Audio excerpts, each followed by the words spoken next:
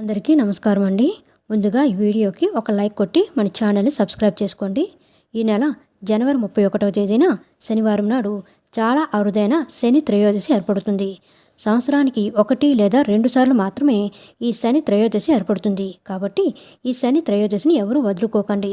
శని పీడలు, ఏలినాటి శని దోషాల నుండి సులభంగా బయటపడి అష్టైశ్వర్యాలు, సిరి సంపదలను పొందాలి అనుకుంటే ఈ శని త్రయోదశి అద్భుతమైన రోజనే చెప్పవచ్చు. శని త్రయోదశి నియమాలు, అలాగే చేయకూడని తప్పుల గురించి ఈ వీడియోలో తెలుసుకుందాం. జనవరి 31న శనివారం నాడు శని త్రయోదశి రోజున శివుడిని, విష్ణుమూర్తిని, అలాగే శనిదేవుడిని విశేషంగా పూజించాలి.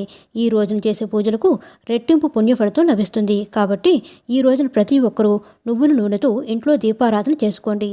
ఈ శని త్రయోదశి రోజున ఇంట్లో ఉన్న ప్రతి ఒక్కరూ ఖచ్చితంగా తలస్నానం చేయాలి. ఈ రోజున తలస్నానం చేయకపోతే శని దోషాలు వెంటాడుతాయి. అయితే అనారోగ్య సమస్యలతో బాధపడేవారు, నరదిష్టి దోషాలతో ఇబ్బంది పడేవారు నీటిలో కొంచెం కల్లుప్పు వేసుకుని తలస్నానం చేయండి. అనారోగ్య సమస్యలు, దిష్టి దోషాలన్నీ తొలగిపోతాయి. అలాగే ఈ శని త్రయోదశి రోజున ఉప్పుతో దిష్టి తీసుకుంటే చాలా మంచిది. ముఖ్యంగా మీ ఇంట్లో ఉన్న చిన్నపిల్లలకు తప్పనిసరిగా ఉప్పుతో దిష్టి తీయండి. అన్నిటికన్నా ముఖ్యంగా ఈ శని త్రయోదశి రోజున మీ ఇంటి గుమ్మానికి నిమ్మకాయలు మరియు మిరపకాయలను కట్టండి.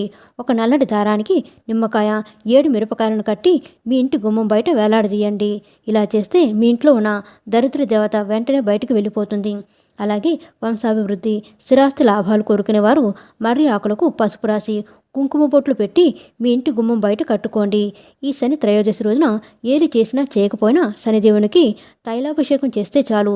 జాతక దోషాలు, శని దోషాలన్నీ తొలగిపోయి మీకు మంచి రోజులు ప్రారంభమవుతాయి. కాబట్టి ఈ శని త్రయోదశి రోజున మీ దగ్గరలో ఉన్న శివాలయానికి వెళ్ళి శివాలయంలో ఉన్న నవగ్రహాలకు 9 ప్రదక్షిణలు చేసి నవగ్రహాల్లో ఉన్న శనిదేవునికి నువ్వుల నూనెతో అభిషేకం చేయండి.